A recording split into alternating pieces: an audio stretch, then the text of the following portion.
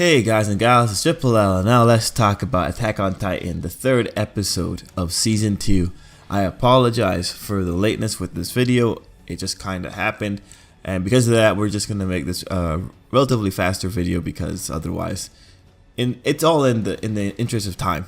But this week's Attack on Titan, overall it's pretty simple. We pick up where we left off, with Connie facing down the giant titan that was on top of the house, and we end off with the scout regiment now seeing the giant ape-like titan. And of course, on the way there, we had a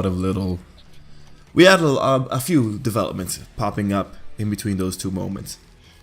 So let's begin. Let's start by talking from the very beginning. We all saw, or we all heard, or we all read the subtitle when that titan talked to Connie. It said welcome home.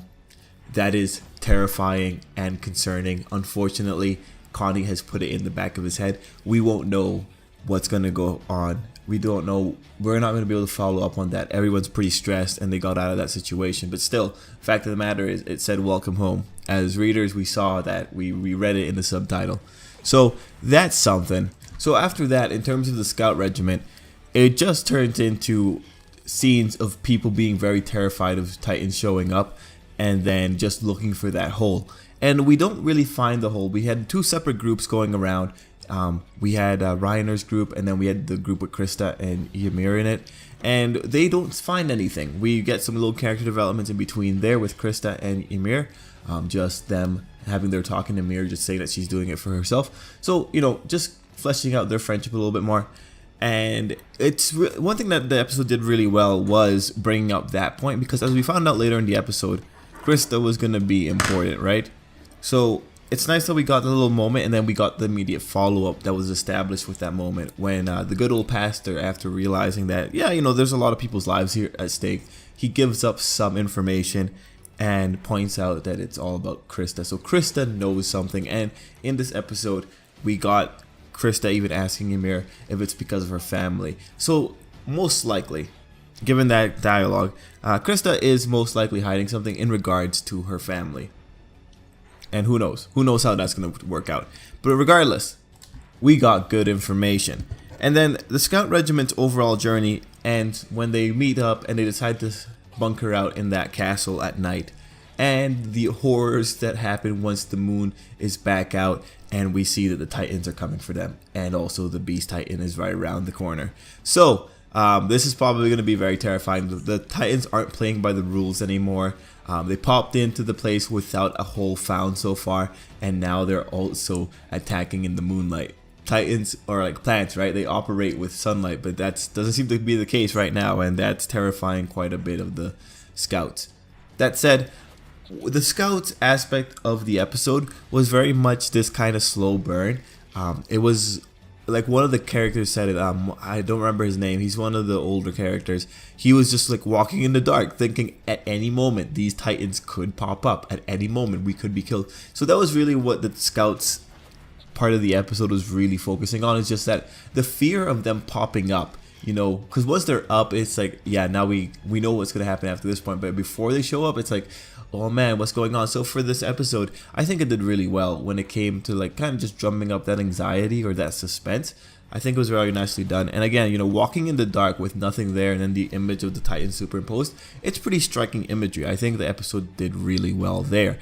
Also, speaking more on like the animation and the art direction for this episode kind of went back to doing the things that Attack on Titan usually does when it needs to minimize on animation.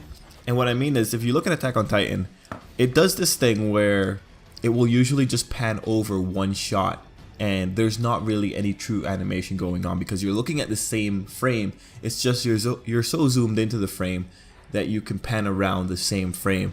Now, this is a pretty good technique, and it works really well with Attack on Titan because majority of the times the Attack on Titan backgrounds are very, very nicely drawn. Like, they're nice to take in. They're very atmospheric. Attack on Titan does atmosphere really well, so they can afford to have like 5 seconds of a panning shot and make it worthwhile, because usually they will superimpose that panning shot with some pretty nice lighting effects, and they will also have worthwhile dialogue in the middle of that panning shot. To compare and contrast, an anime that doesn't do this well is the One Piece anime. Because you could go into the One Piece anime, you will have, maybe, if you're lucky, the same panning shot, except there will be nothing over it. It'll just be a shot of the ocean. God knows why they choose to do that. Or worse, it's just going to be the shot of one person's face and no dialogue over it. So, you know, when you compare and contrast, Attack on Titan does that kind of thing better. So, this episode, it was a bit more prevalent. You could tell in a few shots for this episode that they were doing that. And that's ultimately just, you know, saving time, saving effort. There's no reason to animate 24 frames if there's nothing important going on. Now, to quickly talk about the other half of the episode. The other half of the episode is following Pastor Nick and like the rest of the scouts, Eren and Mikasa and Armin. So that part is really more marked towards discovery in general. Specifically, Hange and Armin making conclusions about the hardening effect, and ultimately the plan that they come up with, that if they could get Eren to do the hardening, they could probably plug up any hole in the wall. So that's a pretty nice little thought right there. And it's all revolving around that little piece of rock that Hange showed us in the last episode. Yeah, I think it was last episode. She had that little rock. So that rock was a fragment that was broken off from Annie. And the significance there is that it doesn't disappear when the Titan form evaporates. So this is now going to be one of the plot devices that we're probably going to be looking forward to in this season, since it's being set up now. So pretty cool stuff with them. Ultimately, that group, they're a squad that's been hastily put together, and they're now heading out to the same castle that the other scouts are being attacked at. So now it's going to be a race against the clock. Ideally, Eren can get there fast enough, and it's going to be really interesting to see if there's any kind of confrontation between Eren and the Beast Titan. The Beast Titan has now climbed up onto one of the walls. It's going to be really interesting to see what exactly that Beast Titan does from there. It's scary, right? Because that Titan is the pinnacle, or just the overall sign that things are not going well. If that Titan's around, you can expect different behavior. Now, Hange did react to something else in this episode when the kids were telling her about Krista and describing her. Hange reacted to the name Ymir, and I can't recall if there was an episode that showed Hange's flashback about this, but her reacting to that name is going to be significant regardless.